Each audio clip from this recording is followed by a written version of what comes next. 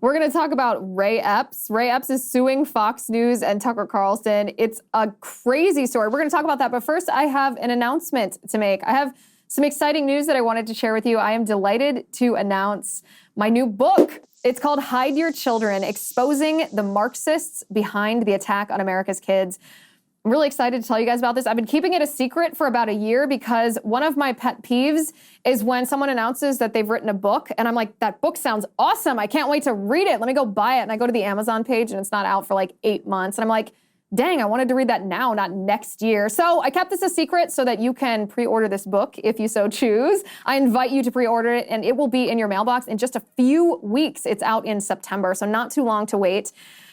This book has been a long time coming, and it relates to many of the things that we talk about on the show, but it's also, I want to say like 20 steps deeper. 20 steps deeper in the sense that it's no secret. You and I understand the reality of the political enemy that we face, right? We know that the left is waging a deliberate and relentless attack on our children. And then this is not new. This is not something that just happened since COVID, this assault on children. In fact, the left has been re-engineering our society for almost a century now. And unfortunately, they've been very successful in doing so. They've captured 4 out of the 5 of what I would call our foundational cultural institutions. They've captured the media, they've captured the education system, they've captured religion, they've captured the law, and they've just about destroyed the family to just about. There's one element of the family that's left standing, and that is children, which explains why the left is coming after our children in such an aggressive way that it's not just conservatives who are saying, whoa, wait a second. It's parents across the country who are recognizing that our children are facing an attack the like of which we've never seen. Now, when I say this has been a long time coming, one of the questions that I addressed in writing this book is, well, where have conservatives been? If our institutions have been captured by the left, and this institutional capture has been taking place for decades, what have conservatives been doing to fight against this? And the answer to this question is not particularly flattering to conservatives and to the Republican Party. Conservatives have been blithely unaware, to put it plainly. They've been, they've put their heads in the sand. We haven't fought back as actual Marxists have infiltrated our institutions, indoctrinated our children, subverted and plotted to overthrow our nation. And I understand that it can be hard to believe that actual Marxists are behind this attack on America's kids, just like it's been difficult for parents, and people in my own family are even guilty of this. So this is not something that it's like a vague accusation. It was hard for parents to believe that something like critical race theory was in schools until they saw it with their own eyes on Zoom school during the COVID lockdowns. It's hard to believe that Marxists are the ones orchestrating this attack. So what I do in this book is I name the names of the people who are behind the capture of our institutions, the people who are behind this attack on America's kids, on our children, our sons and daughters. And I offer a solution that I will tell you right now, I will be very blunt, is different than the solution offered to you by the Republican Party. A solution that would allow us to recapture our institutions and save our children. We have to save our children, not just for the sake of their individual souls, but because if the left successfully captures our children, we're done as a nation. We are done. This is an incredibly urgent problem that we're facing. And this book, by the way, I want to give you just a little background on the process of writing this book. And anybody who wants to pre-order this, I would be so honored if you would pre-order this book. You can go to Amazon, you can go to Barnes & Noble, you can go to hideyourchildrenbook.com to put your pre-order in now. It'll be in your mailbox in just a few weeks if you do this. And I would be so grateful. Tag me on Instagram or tweet this at me. Let me know that what you think of this. I can't wait for you to read it, but let me know if you put it in a pre-order because I want to interact with you. I want to be excited about this. This has been such a long time coming. The second half of this book, so this book is divided into 2 parts. The first half is establishing the people behind the assault on America's kids in various different ways, right? The education system, religion, homeschooling, technocracy. There's a whole bunch of different cultural institutions that the left has subverted in order to target our kids. So the first half of the book, I establish the people who are behind this plot to subvert our institutions. And it's deep stuff, right? Like this is not your walk through the park to understand that this is not just arbitrary stupidity. This is not just impractical, unwise liberal policies. This is an actual plot to subvert our nation. So that's the first half of the book. And the second half of the book, I would say I'm particularly proud of the second half of this book because it reflects an evolution in my own thinking about our country, something fundamental that I've changed my mind about since I began to be active in conservative politics. And it's not always easy to sit up in front of people and say, listen, I was wrong about something and I've changed my mind. But this is something very fundamental that I've changed my mind about. And we're going to talk about that in just a second. But first, I want to talk to you about bank on yourself. Let me ask you a question. Do you really control your retirement money? If you've got a 401k or an IRA or similar retirement plan, the government actually controls it. You don't. They decide how much you can borrow, when you must pay it back, and you'll owe taxes and penalties for taking money out too soon or waiting too long, even though it's your money. And thanks to our skyrocketing national debt and a Congress that continues to spend like a drunken sailor, who knows how much you'll have to pay in taxes during a retirement that, could last 30 years? Bank on yourself is a better way to grow and protect your hard-earned money. This retirement plan alternative has never had a losing year in over 160 years. You are in control. You get access to your money for any purpose with no questions asked and without government penalties or restrictions on how much income you can take or when you can take it.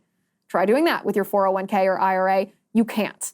Bank on yourself is just a better way. Now you can get a free report with all the details on how the Bank on Yourself strategy adds guarantees, predictability, tax savings, and control to your financial plan.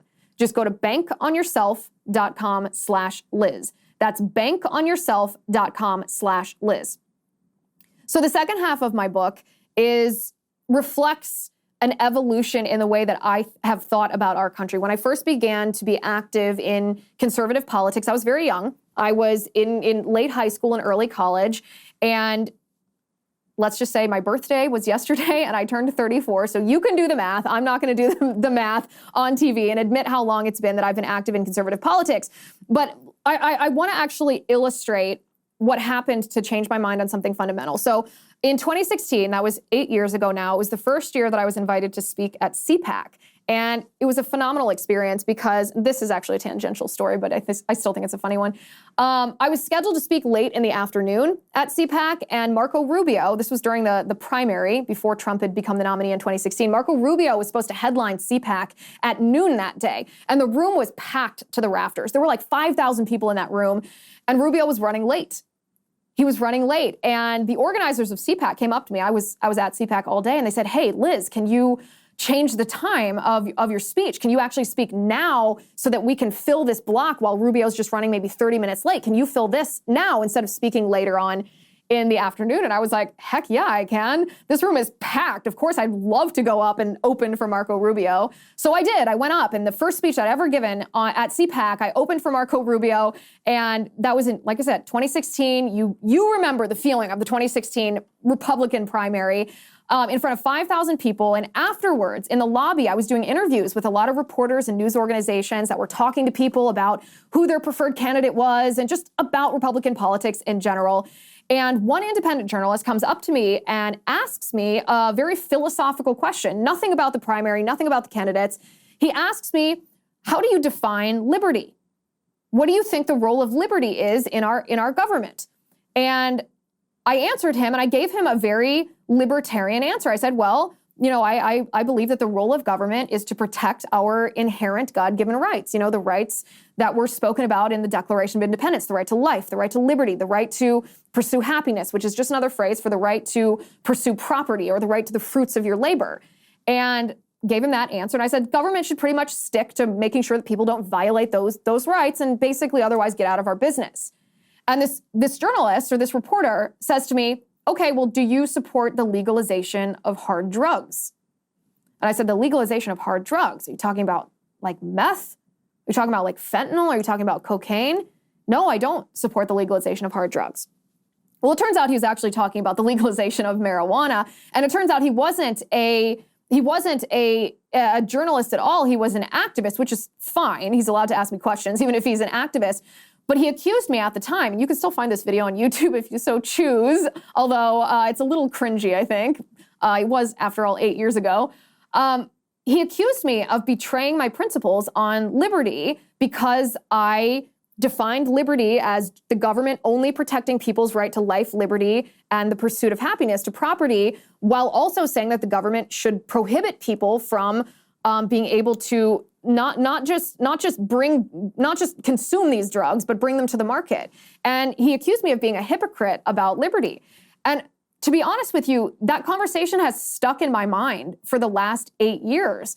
And several years ago, I started to recognize that, you know what? There is an inherent contradiction to the answer that I gave him. He wasn't incorrect. He's certainly incorrect about wanting to legalize hard drugs. And I was certainly correct in saying, no, we shouldn't do that. That would be incredibly disruptive and dangerous to our society and our people. But he was correct when he said that the definition of liberty that I offered contradicted the policy that I stood for. And this began the evolution of my study of what is our society supposed to look like? What is our country designed to be? And in order to answer that question, you have to define, if we're supposed to be a free society based on liberty, you have to define what is liberty. Is liberty the ultimate goal? Or is liberty the means to something greater? And so the second half of my book is my evolution in defining what liberty, the definition of what liberty is and how that applies to our society. Because the ideology that I espoused 8 years ago at CPAC during that interview is not correct. It's not correct, and it's not only incorrect, it's the opposite of what our Constitution, or how our Constitution defined liberty, how the framers of our Constitution understood our society. And this, my friends, the reason that this kind of nerdy stuff is my favorite part of the book is because this has been the problem the Republican Party has run into in the last, well, not just 5 years, not just 10 years, 20, 30, 40, 50, 60 years, is a misunderstanding of what liberty is. A misunderstanding of how the Constitution is supposed to order our society. And this is why the Marxists that we discuss in the first half of the book have been successful in subverting our institutions, successful in subverting almost everything except our children. And that's why they're coming to our children now, because they know that we are not good at fighting back because we don't know what we believe. We don't know the proper place for government. We don't know how we're supposed to use government or how we're supposed to order society. So all that being said, my book is coming out in just a few weeks. It's coming out in September. Pre-order your copy now, Amazon, Barnes & Noble, or you can go to hideyourchildrenbook.com. I'm really excited for you guys to read this. I have been working so hard on this for the last year, and I have so many stories about this, which we will talk about in the days and weeks to come. But I wanted to give you a little bit of that personal background on what makes my book different than what you might read in other books or what the Republican Party and a lot of our politicians are offering as we face this chaos in our society that it doesn't matter if you're a Republican or a Democrat. We all understand we are living in a very chaotic time. We are in a time in our culture where it's palpable. The urgency is palpable to save our country and what it was intended to be, or else we're on the verge of not only losing our children, but losing our country.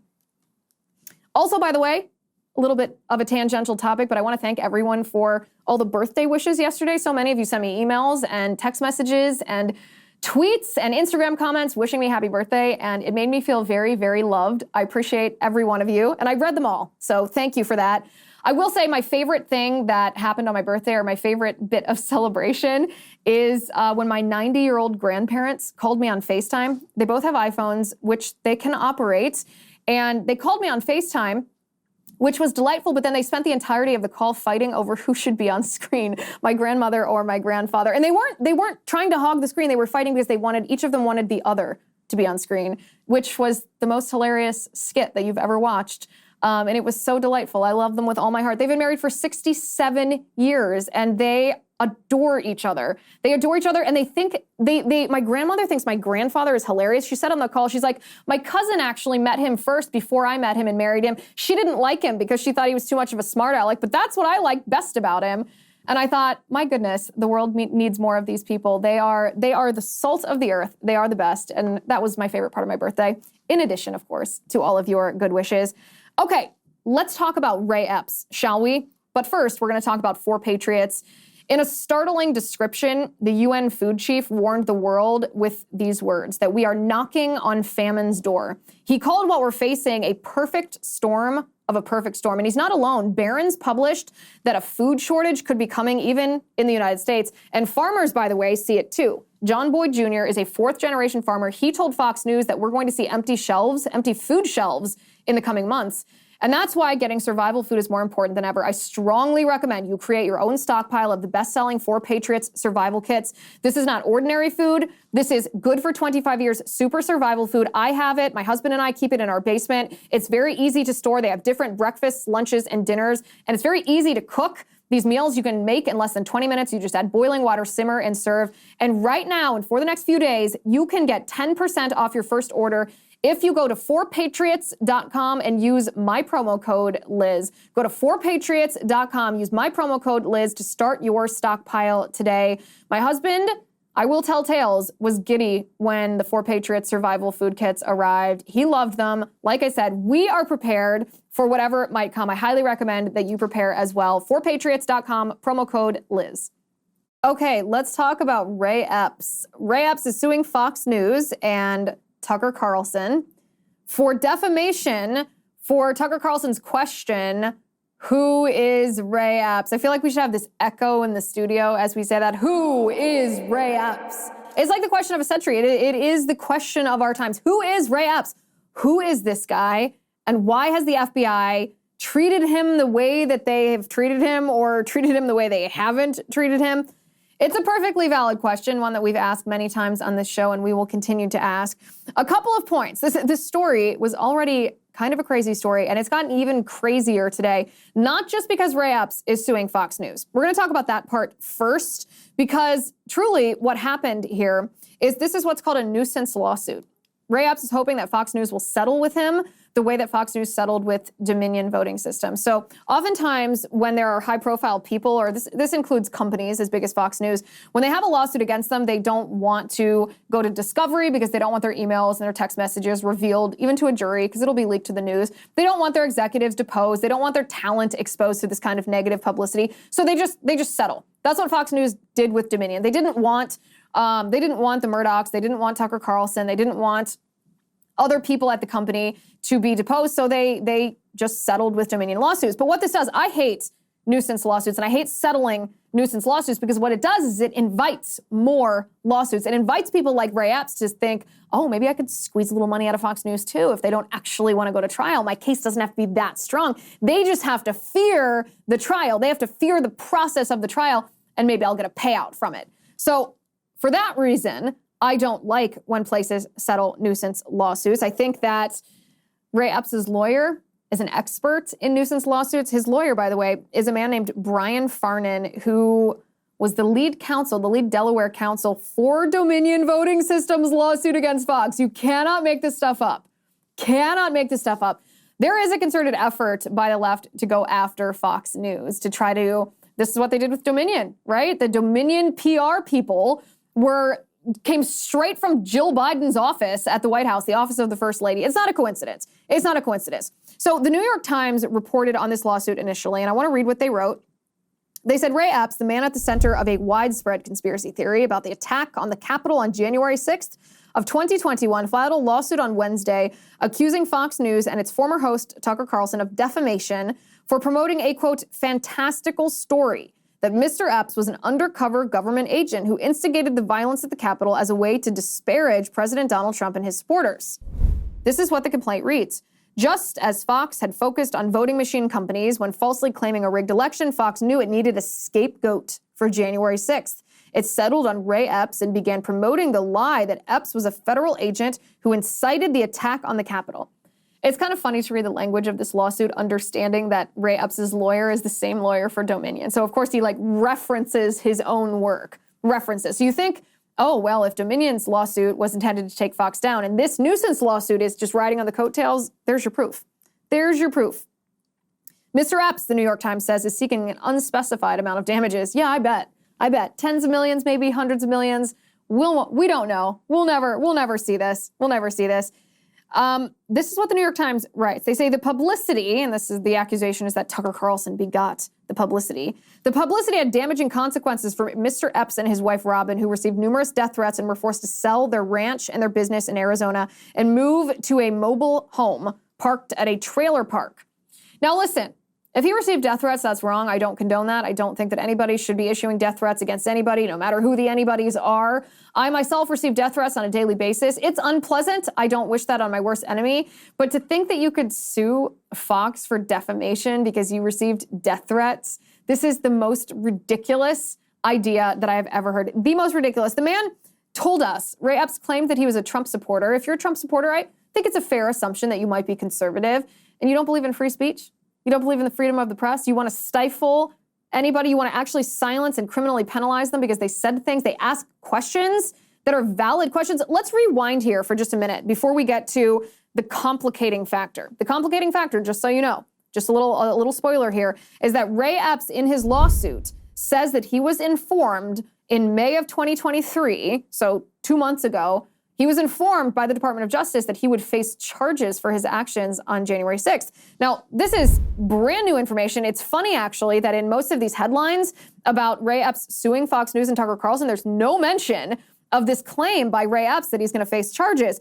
It complicates this whole story, and we're going to break that part down because it's very interesting.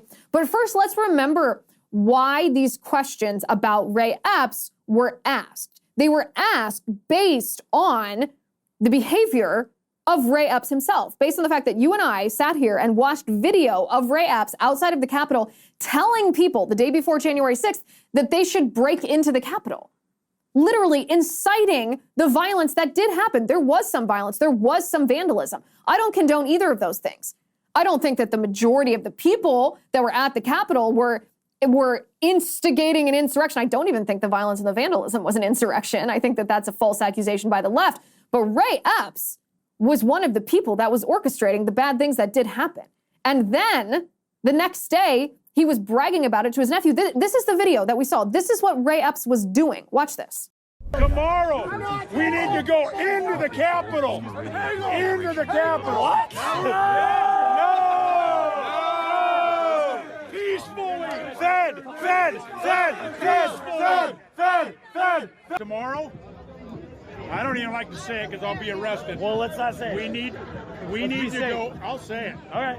We need to go in. Shut the boomer. To the Capitol. Base Fed posting? All right. We need to go into the Capitol. I didn't see that coming. Okay. Monument Hill. Speaking. We are going to the Capitol where our problems are. It's that direction. Please spread the word. All right. Noted. Okay, but one more thing. Yeah, so can we go up there? No? When we go in, Are we going to get arrested if we leave go this up there? here. Yeah. You don't need to get Did you shot. arrest us all?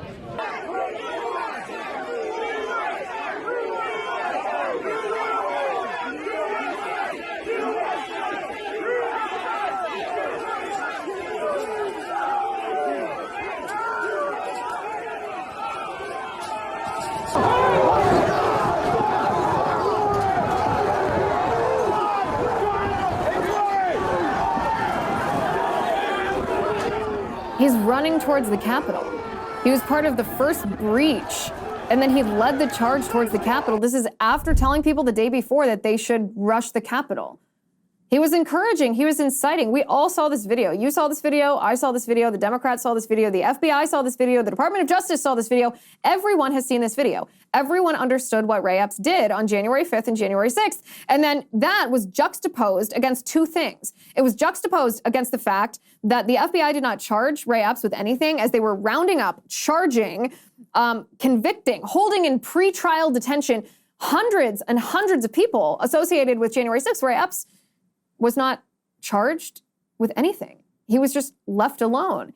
And it's a perfectly normal and reasonable and rational question to say, well, why is that? Why was that double standard of justice applied to Ray Epps? Why was the standard that Jacob Chansley was held to not applied to Ray Epps? Why was the standard that Stuart Rhodes was held to not applied to Ray Epps? I don't mean to sound all doom and gloom here, but I do feel like we're on the brink of a massive financial crisis, which perhaps it is doom and gloom. But we saw first Silicon Valley Bank collapse, then we saw Signature Bank collapse and First Republic Bank collapse. And meanwhile, our Treasury Secretary, Janet Yellen, admits that the FDIC and the Fed are going to pick and choose which banks they're going to rescue and which they're not going to rescue based essentially on wokeness. My question is our money really safe in the system? And I'll be honest and tell you, I don't feel confident that it is. That's why I highly recommend you do what I did. Call the only precious metals dealer I trust, American Hartford Gold. They make it simple and easy to protect your savings and retirement accounts with physical gold and silver. With one short phone call, they can have physical gold and silver delivered right to your door or inside your IRA or 401k. If you call them right now, they'll give you up to $1,500 of free silver on your first order. So don't wait. Call them now. Call 866-781-7499. That's 866-781-7499. Or you can text Liz to 65532. Again, the phone number is 866-781-7499. Or text Liz to 65532. Think about Stewart Rhodes. Stewart Rhodes is a very unsavory character. I don't like to have to defend him. Stewart Rhodes was charged with seditious conspiracy by the federal government. He was convicted of seditious conspiracy by the federal government. He was sentenced to 18 years in federal prison. For what? Not for bringing a firearm onto the premises, not for committing any violence, not for breaking into the Capitol, not for telling other people to break into the Capitol, but for a text message. A text message, a stupid text message. That's why he was sentenced to 18 years. So you see what happened to Stewart Rhodes, and then you see what didn't happen to Ray Epps, and you think, well, why is that? Why was Ray Epps held to this different standard? This is a normal question, one that we should be asking, because we are the government. You and I are the government. That's what democracy is. That's what a constitutional republic is. We engage in self-governance. And when those who we have entrusted with the application or the execution of our government are behaving corruptly, or not fulfilling their duties, it is our duty, not just our right, but our duty to ask questions. Why was Ray Epps held to a different standard? You juxtapose Ray Epps, the treatment of Ray Epps by the FBI, with the treatment of Stewart Rhodes or of Jacob Chansley, and then you look at this text message from Ray Epps, sent either later that day or the day after. He texted his nephew, "I orchestrated it." He was referring to what happened on January 6th. I helped orchestrate it, he said. Darren Beatty, who's named in this lawsuit, by the way, he's named in Ray Epps' lawsuit against Fox News, tweeted the most hilarious tweet. He said, Ray Epps literally texted his nephew, "I helped orchestrate it. Maybe he should sue himself for defamation." It's funny, but it's also true. Maybe it's funny because it is true. Ray Epps is trying to squeeze Tucker Carlson and Fox News for all this money because Tucker asked the question, who is Ray Epps and why was he held to this different standard of justice by the FBI? Why is he getting such different treatment than everybody else involved? And yet, Ray Epps said the same thing about himself. He's guilty of what he's accusing Tucker Carlson of doing. And Tucker Carlson just asked the question that you ask, that I ask, that we have an absolute right, constitutionally protected right to ask. It's not just our right, it's our duty to ask this question. The FBI field office in Washington, D.C. issued a list of most wanted participants in the January 6th Capitol melee in the wake of January 6th. And I want to bring this tweet up on the screen. This is the Washington field office. It says the FBI is still seeking information regarding people who committed violence at the U.S. Capitol on January 6th. You can visit fbi.gov/Capitol violence to see photos and videos from current cases. And if you recognize someone, submit a tip at tips.fbi.gov. Look at all those pictures. Who is included on that list of most wanted? The FBI is seeking information about these people. These people are supposed to be the worst of the worst. Ray Epps is on that document, is on that tweet. This is not a tweet that was simply sent out in the wake of January 6th. If you go to the Twitter account of the Washington field office of the FBI, it's still to this day pinned at the top of their Twitter account. And yet, Ray Epps faced no charges. He was not indicted for 2.5 years. As person after person after person faced charges by the FBI for things much less significant than what Ray Epps did. So the idea, first we're going to deal with a lawsuit, and then we'll deal with this new information that Ray Epps claims the FBI has told him he's going to be charged, or the DOJ he's claimed the DOJ has informed him he's going to be charged. This lawsuit simply makes no sense. This lawsuit is not only a violation of free speech and freedom of the press and freedom of assembly, which is wrong and will have an incredible chilling effect on free speech. It's begot, actually, of Fox News' unwise decision to settle that lawsuit, which invites other nuisance lawsuits, hoping for that monetary payout. Ray Epps is an opportunist. That's the answer to the question. Who is Ray Epps? He's an opportunist. But more than that, the question of who is Ray Epps has not been answered by this new claim. In the lawsuit, Ray Epps says that in May of 2023, he was informed by the Department of Justice that they were going to pursue criminal charges against him for his behavior on January 6th. This is kind of a head scratcher. What does this mean? Does this mean Ray Epps wasn't a federal agent? Does it mean that Ray Epps wasn't an informant for the FBI? Does it mean that the FBI was always going to charge him and are just now getting around to it? It's kind of a strange occurrence. When I saw this breaking news, I thought, here's a weird turn of events. So let me tell you how I'm thinking about this. Let me tell you the questions that pop into my mind that I think we ought to ask about this new information that Ray Epps has offered to us. First of all, the most important part of this is that the Department of Justice refuses to confirm or deny that they notified Ray Epps that he would face criminal charges. So we're taking Ray Epps' word for it. Color me skeptical. I don't particularly trust Ray Epps. We'll see whether that turns out to be true. The bigger question, assuming for a moment that it is true, the bigger question would be, well, what is Ray Epps being charged with? What is the criminal charge against him, and for what is he being charged? What is the behavior that has begot the charge? Those are perhaps the most important questions of all, because even if Ray Epps is not a federal agent, and I can share my personal opinion on this, my personal analysis of the situation is that Ray Epps does not seem to me to be one of the Fed boys. He does not seem to be necessarily a federal agent. He seemed like it at first, but more likely, the most likely scenario is that Ray Epps was simply a loser who was inciting violence, and the FBI perhaps flipped him.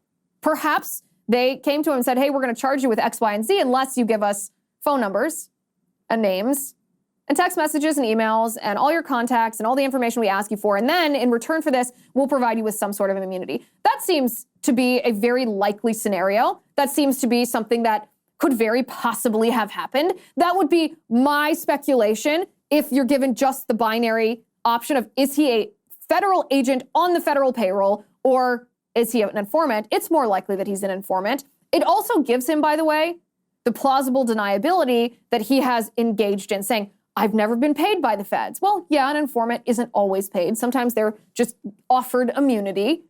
He's like, I've never been associated with these people. I'm not paid. I'm not an agent. Well, all of that could be true while still being an informant of the FBI. So that question remains unanswered. Did the FBI, for any particular charge, any particular behavior, offer him any sort of immunity in exchange for any sort of information? Even if the Department of Justice is charging him for something else, it doesn't answer that question. We still don't know. There's still an anomaly in the way that Ray Epps has been treated, an anomaly that we should continue to question.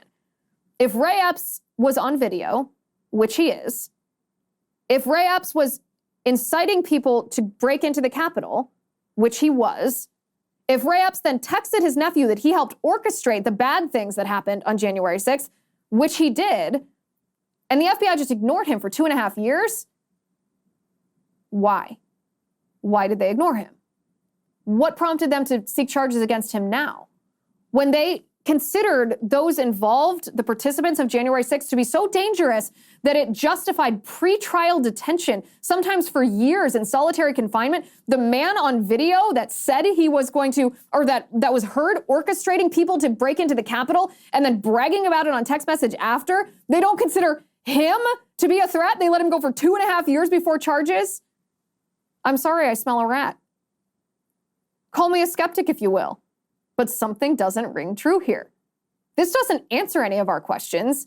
It begets more questions.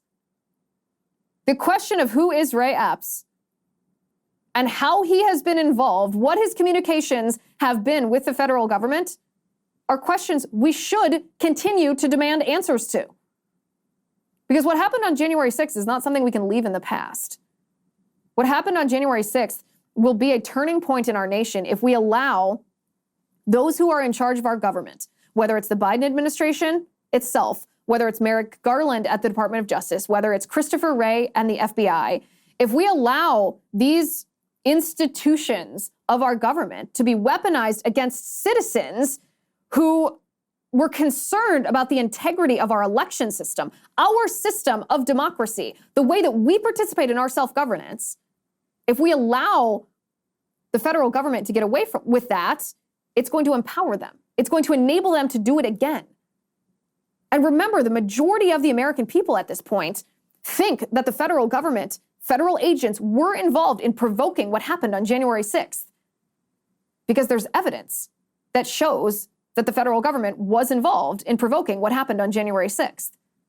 So the question of who is Ray Epps and what has his association been with the FBI? What are these charges that he's alleging he's going to face? Are there charges the FBI said they wouldn't levy against him if he gave them information? These are questions that we should demand answers to. Because this doesn't answer any questions. It simply adds an element of strangeness to the whole thing. It gets weirder and weirder and weirder. And again, call me a skeptic, but I wouldn't put much past the FBI and the Department of Justice to throw someone they've worked with under the bus in order to hide everything that they did in and around January 6th. All right, we have time for one more cool thing. This is brought to you by my producers. They like to bring up videos for this segment that I have not seen. But the headline for this is when Satan tries to interrupt your prayer, but you just keep going. Let's bow see our it. hearts for prayer. Heavenly Father, thank you. Thank you, Lord Jesus, for the...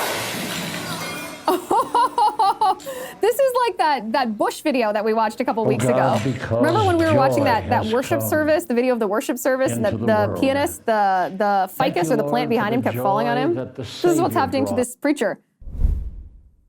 The chandelier fell on him and he didn't even bat an eye. I don't think that I would be that. I think I would look. I would be so curious about what it was. I don't think I could be that. I don't know if it's devoted to what I was saying, because I am devoted to what I was saying. I don't think that I would be too curious about what it was. Too curious. Kudos to this pastor, I guess, although I don't know how he doesn't wonder. It brings more attention to it when you refuse to look at it. Brings more attention to it. Maybe exactly like Ray Epps, right? Who knows? All right, guys, please, I invite you, pre-order my book. You can go to Amazon, Barnes & Noble, or hideyourchildrenbook.com to get your copy. It'll be in your mailbox in just a few weeks, just in September. So grab your copy now. Can't wait for you to read it, hear what you think. Thank you for watching today. Thank you for listening. I'm Liz Wheeler. This is The Liz Wheeler Show.